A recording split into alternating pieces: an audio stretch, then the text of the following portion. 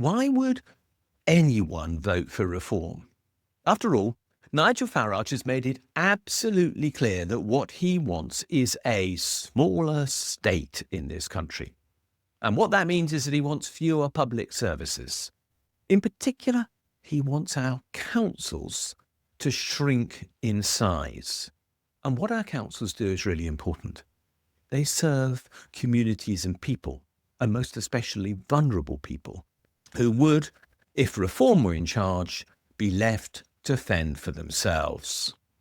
Local councils in the UK, right across the UK, but most especially in England, are already on their knees.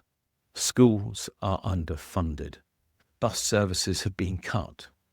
The vulnerable, and in particular those in need of care, are not getting the support that they need.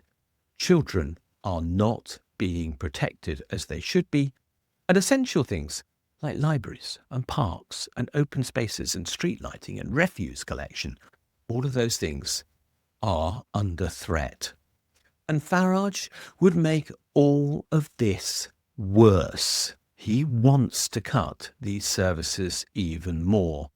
He would leave people and your rubbish bin stranded in the streets. Potholes would be unfilled, libraries would be shut, care homes would collapse, the vulnerable, including children, would not be protected. And services are the only way in which these people can be cared for. We need them. We need the money to be spent on them. We need to protect the vulnerable who live with us in our country. If we don't, inequality is going to deepen. Reform would mean broken communities and broken lives for those who need help. The result would be a weaker and a poorer Britain.